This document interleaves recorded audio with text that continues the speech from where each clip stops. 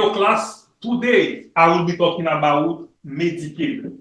Throughout the course, I want you to focus, remember, and understand two simple concepts, joint and limited.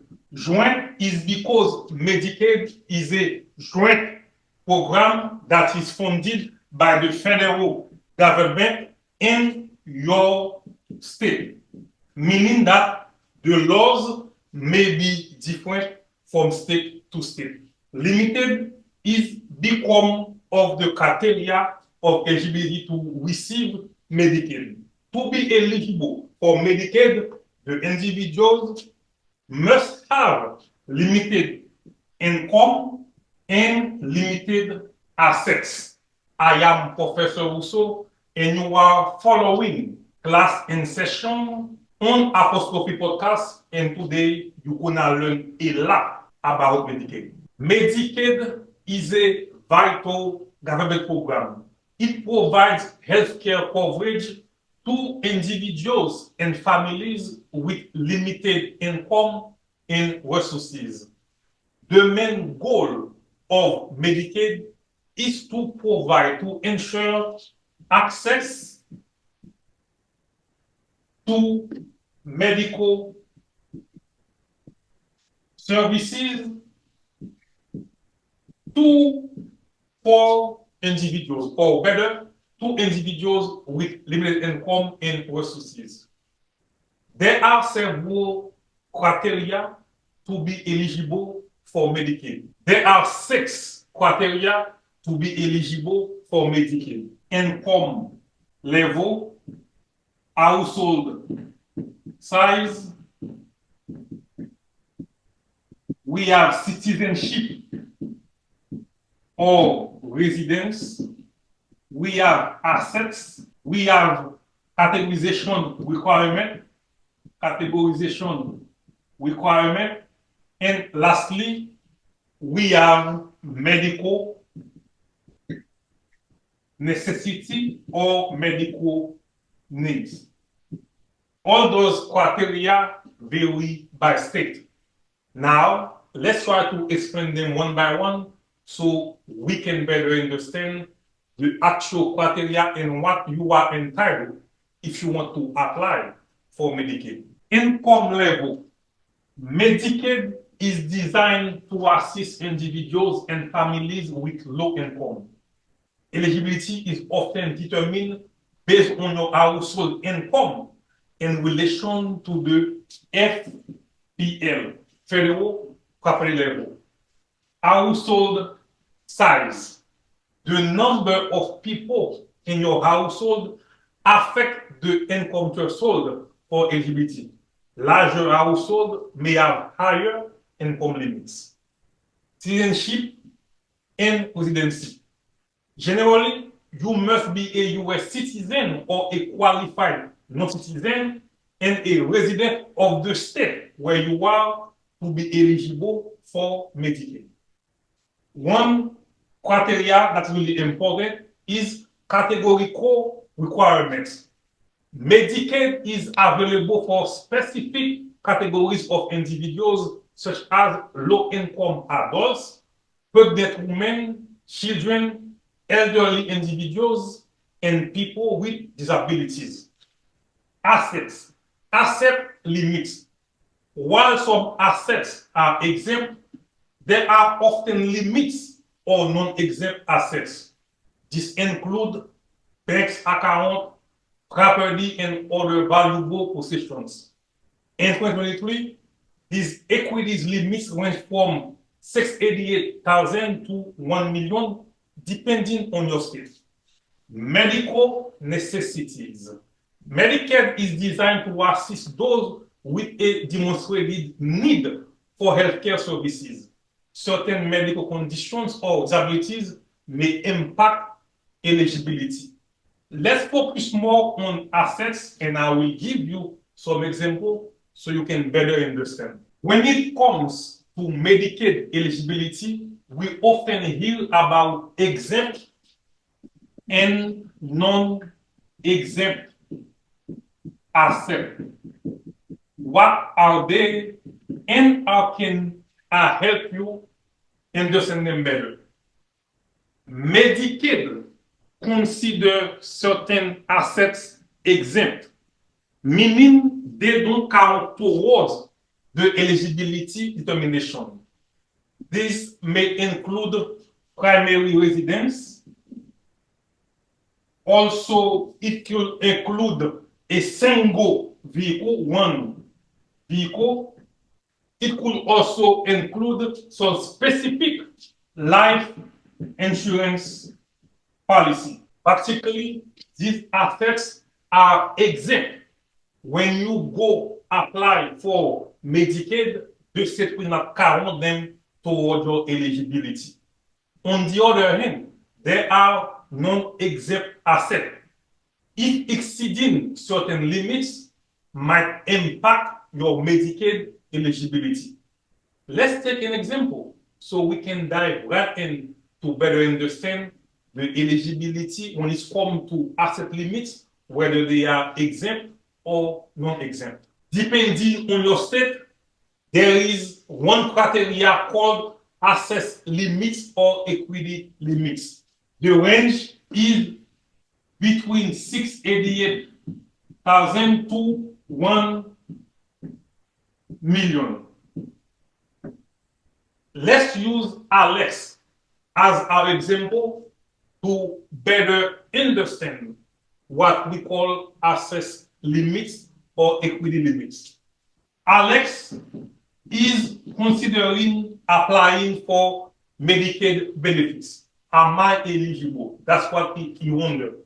He goes to the state to find out. They will evaluate his assets. While they're doing that, they realize Alex has 3 houses. He has 2 vehicles. And let's not count his life insurance, all those things. As a general rule, they will consider one vehicle that is used for personal stuff, one vehicle for personal use, and one house as its primary residence. Whatever the cost for the primary residence and the personal use vehicle is irrelevant, those will be considered as exempt, meaning they will be counted toward his eligibility to receive Medicaid. Now, after they exempt one vehicle, they exempt one house, now they will count whatever is left. The 2 houses and the other vehicle, plus some other valuable properties that he has, if the total falls within that range, 688, 1 million, is that going to be a factor in him receiving Medicaid? If it was between or below, let's say that is total, the houses and the vehicle is 1 million total asset. This will not be a factor in him receiving benefits for Medicaid. But if it's 1 million and whatever the number, like way over that range, it will have some implications in him getting some Medicaid benefits. However, as I said before, each state got their own way to count which assets are exempt or non-exempt. I suggest you to go see a financial advisor or to go to the office to know exactly which assets can be a factor for you to receive or not receive eligibility, or to be eligible to receive Medicaid benefits. One thing though I want you to consider, to be eligible or to receive Medicaid benefits, it is not just about having a house and a car. It is also about the total value of your assets. Let me explain what I just said. Alex may have 10 vehicles.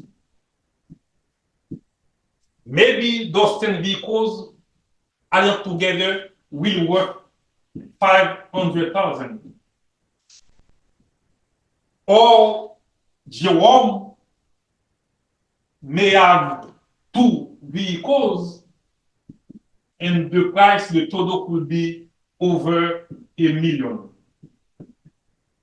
Or Alex could have had 5 houses for a total of 300,000, whereas Jerome